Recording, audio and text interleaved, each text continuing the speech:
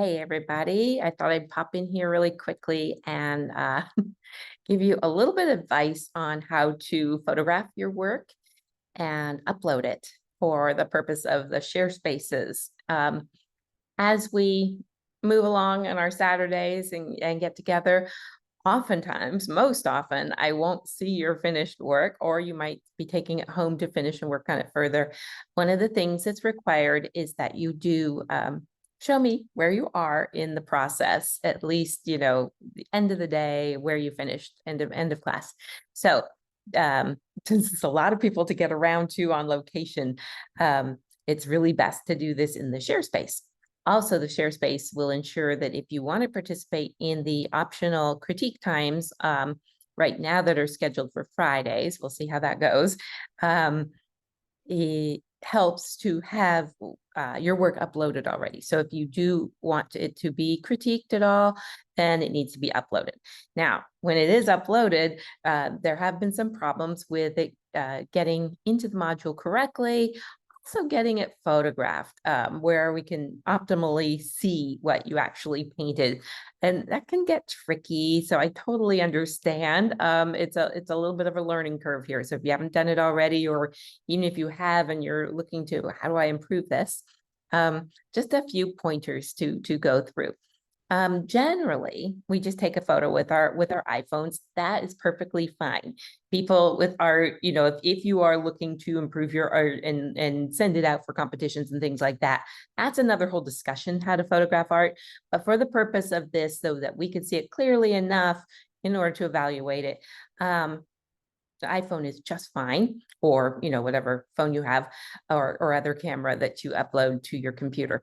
So to do that, your optimal is to take it out into a, like a hazy kind of overcast day is perfect, because what happens is the light filters through that fog or that mist, creating just a really nice even lighting situation. Otherwise, you have to sort of create that yourself. When you're taking it indoors, a lot of times, I know I have some different lights in my house, and some lights will totally throw the color off.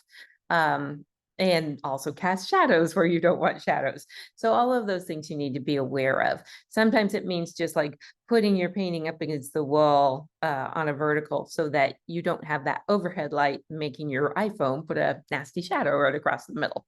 Those are kind of obvious things, of course, but it's good. It's I think helpful for some to be mindful of that. Because you'd be surprised at what I've had turned into me, and I can't quite make it out sometimes.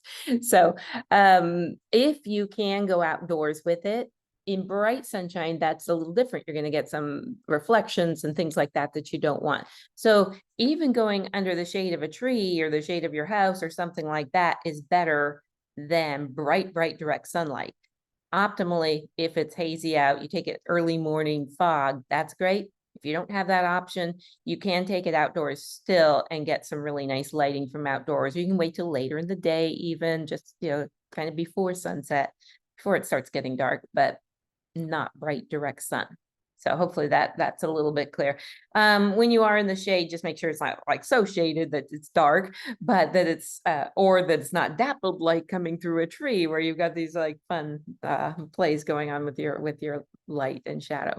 So it's all kind of a little tricky. If you you can get a daylight lamp. So it mocks or mimics daylight beautifully. I have one in my studio. It's great.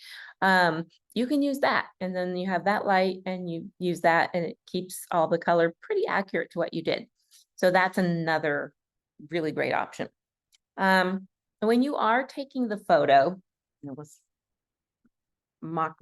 pretend with my phone here.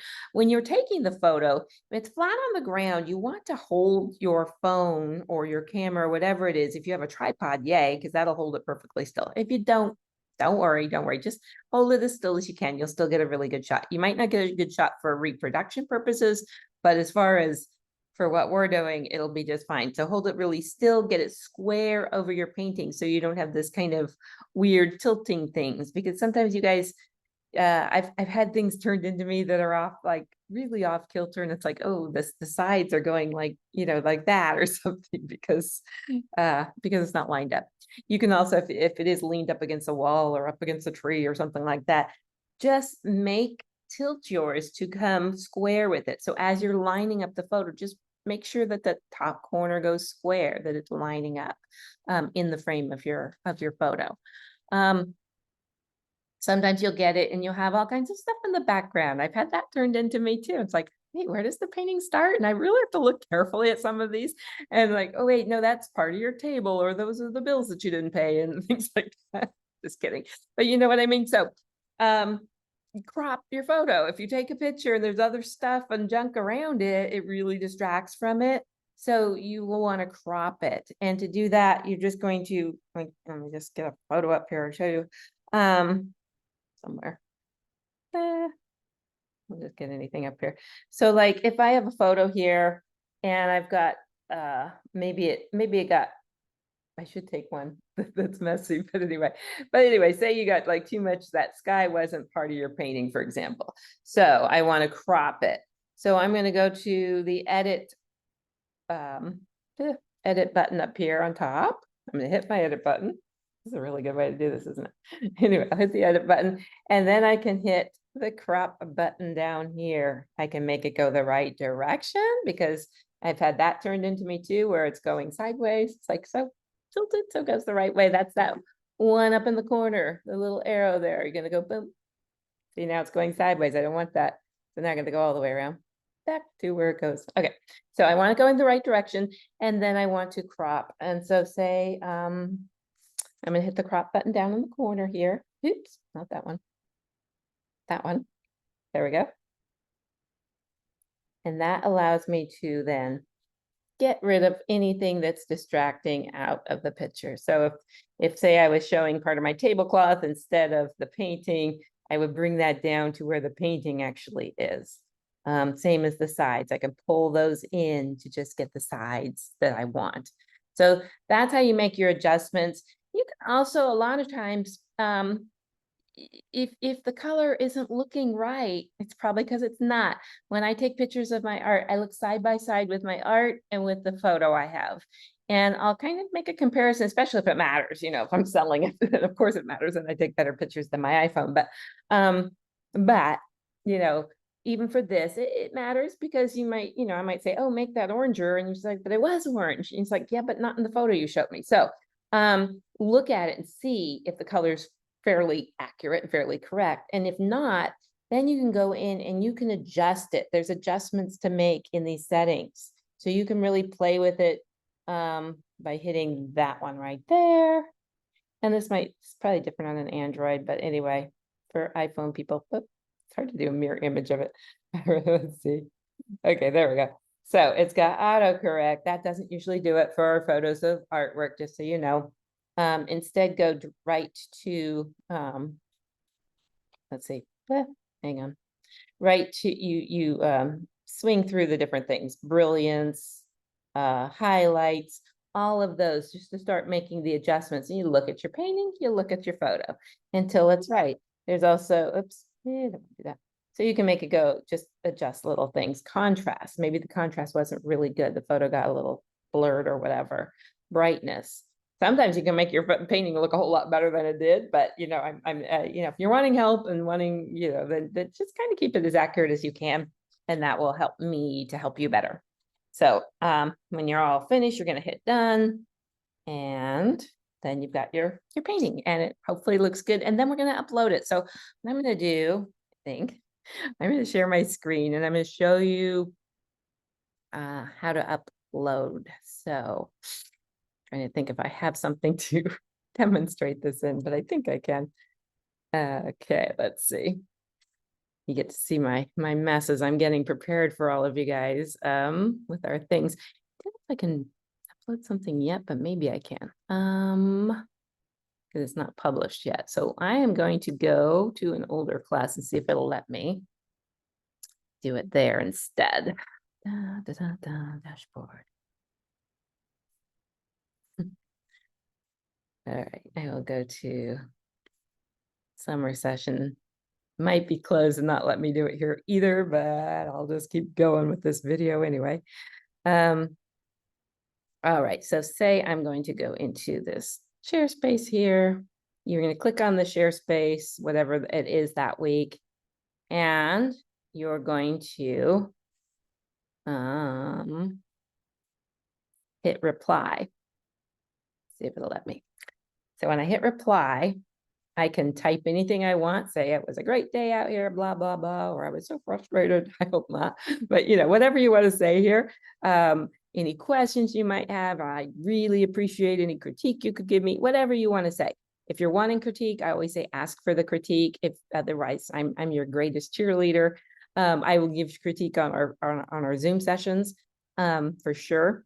But definitely ask if you're wanting help with certain things. I don't know how to do this paint application, or I'm trying to improve my shadows, whatever. Specific, be specific. Don't just say, oh, please critique me. Say, hey, I'm kind of struggling with this or that, or I would really like to be better at whatever it is.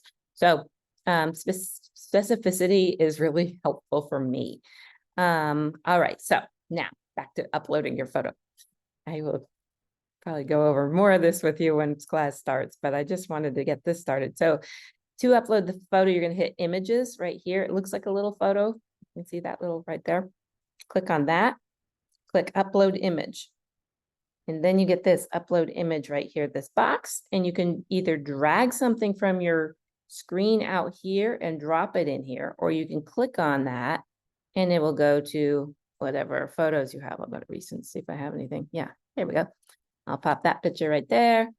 I will open it. And then I will submit. Let's see what happens. Right, because I fixed this one. Okay.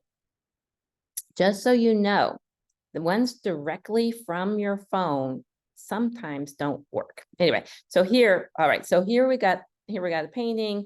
If it's too big, if you don't want it to be that big, sometimes in critique sessions, I need to shrink it down anyways. It really doesn't matter. You can leave it big, fine.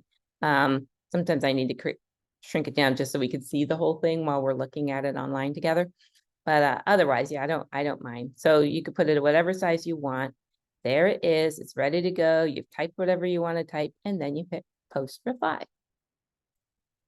And notice it's all right here for everyone to see, along with whatever all the other ones are. Oh yeah, talking about backgrounds. See what I mean? Anyway, there that will show it. If, however, you go directly from your iPhone, they started doing the HEIC like a year or two ago anyway, and HEIC ending generally will not go into Canvas as far as I'm understanding this. I am not a techie person, obviously, but but what I do notice is sometimes you'll get this little goofy little icon that we have to click on and download your photo before we can see it. So instead of having people do that or having it just not show up at all, you want to make sure that you have like a JPEG ending. And to do that, I'm going to go to my photos here. I'll bring up photos, which I had it on that one. I had already fixed that one earlier, but let's say, yeah, let me see. I'm pretty sure this one wasn't fixed. So this would have, let's see.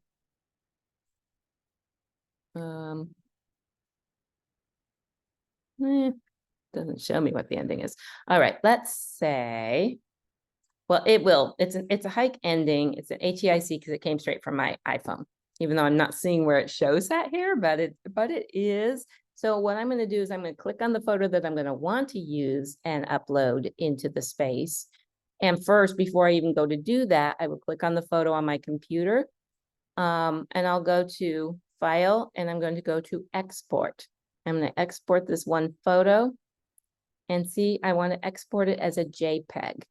Other options are a PNG will work, but JPEG's great. Just keep it as a JPEG, high quality, most compatible, full size, all of that, and just hit the export. Then you can put it in desktop or whatever that makes it easy for you to find it. Then when you go to pop it in to our module, then it's good to go and you're ready. So I don't know if I could show you, well, maybe I could show you an example where that isn't done. Get out of my photos and see if any were here from this time.